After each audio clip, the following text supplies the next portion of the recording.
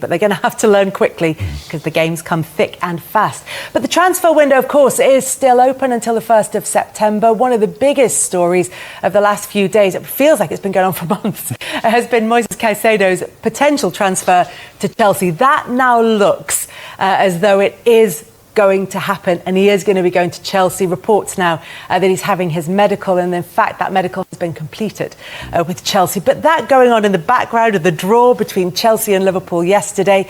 They've still got Romeo Lavia from Southampton to sort out, and although Liverpool are now reported to have agreed a fee of around about £60 million all included, Chelsea still could come in with another bid. That one is still not done yet. It's very interesting, this whole approach for defensive midfielders. Surely this was strikers' area before. It used to be, but that seems to be the fashionable position to play on the pitch now. And when you look at Caicedo, 100 million, I mean, it's crazy. I mean, you looked at the game yesterday, and I think both teams could do with a defensive midfield player, maybe more so Liverpool, because I don't think Alexis McAllister really wants to play there. But the fact that Chelsea have spent now 100 million on two players in similar positions in the last two transfer windows tells you that's a real area of importance. Now, I'm not quite sure, and Tim will be able to answer this better than me, the dynamic between Enzo, Caicedo, and if they're in for Lavia as well, I don't see how that works because they're not creative. They're all kind of defensive-minded. So who supplies the ammunition, who gets in the box, who gets the goals? I think they're so good that they're flexible. I think Enzo, yesterday you saw Fernandes, he wasn't a sitting midfield player, you know, someone who picked the ball up and drive through the holes. We saw that with Declan Rice for Arsenal. You know, their game is evolving. They're not just sitting midfield players. I think they're adaptable, very versatile. And that's what managers want now, especially at top teams. I still think they're going to struggle with goals. Certainly they can spend all the money they want on midfield players. They've got no one to put the ball in the back of the net. They're going to have a problem. Kai Havertz has left the football club. They need a centre forward. I think Jackson's a good signing. Cuckoo's obviously got injured, which is a big blow for him. But for me, central midfield players going for this sort of money is unheard of. I mean, it is a very important role. I was one of them myself. So self-proclaimed, very important. but genuinely, and I don't mean this question with any sort of curve on it or anything, but how hard is it? Because rarity value seems to be what's driving the price up. So in terms of how difficult it is and how difficult a position it is for a player to learn, why are there not that many of them around? I think for managers, especially if they want to play progressively through the thirds, I think the number 6 role, the one who plays in that and gets the ball off the back players and gets on the half turn, checks his shoulder and progressively plays him through the field. I think he's the reference for the manager. He's the one you feel calm. I had a player called Moussa Dembele when I was at Tottenham, and when I used to sit there very nervously when they're passing the ball around, as soon as it went into him, I felt relaxed. I think that someone like Casemiro, for instance, going for that age, going for that sort of money to Manchester United, Caicedo, they obviously feel is that quality. I think he's got a lot to do. I think he's a very good player, but forget the amount, because the amounts are just getting blown out of the water. I mean, it's incredible. But they are the reference. They are the player who is the controller of the game, the one who speeds it up, one who slows it down, the one who breaks the game up as well, because it's very important to get the ball back from the opposition. Enzo Fernandez, I thought, was outstanding yesterday, and I didn't think he was that good last year. I'll give him time to settle for Chelsea, obviously, but I don't think he is a sitting midfield player. I think he is a player who can play as an 8, a box-to-box player.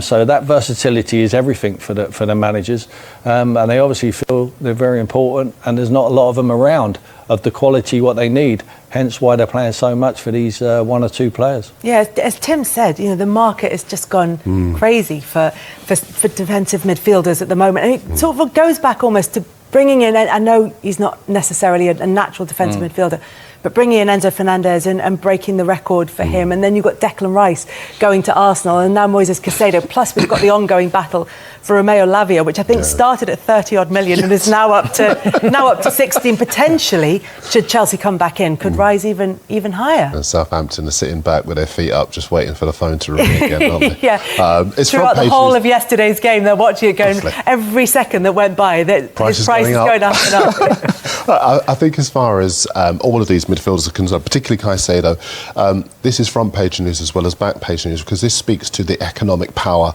of the Premier League, and people are watching this around the world will see just how much money these big clubs have for the right player. From Brighton's point of view, is outstanding. £5 billion they paid for him. less than 2 years ago from Independiente. He played 49 times for them, Brighton, and he's an outstanding player for all the reasons you've been saying, Tim. I think for Chelsea, if you look at the teams that Pochettino's managed and take out PSG because they're a bit of a basket case. Sorry if you're a bit PSG. If you an look outlier. An outlier. Thank you very much. Much more diplomatic. If you look at Southampton, Victor Wanyama and Morgan Schneiderlin were two midfielders who sat in front of the back four. They earned big moves for Jose Font, for Dejan Lovren. They gave that protection to the back four that made St Mary's one of the hardest places to go. Then you look at Spurs, Moussa Dembele alongside Victor Wanyama. Those two made Spurs the joint best defensive record of Manchester United one season, and then the outright best defence in his first two campaigns at White Hart Lane, as it was then. And what he's clearly looking to do with Enzo and with Caicedo, it's a very similar thing.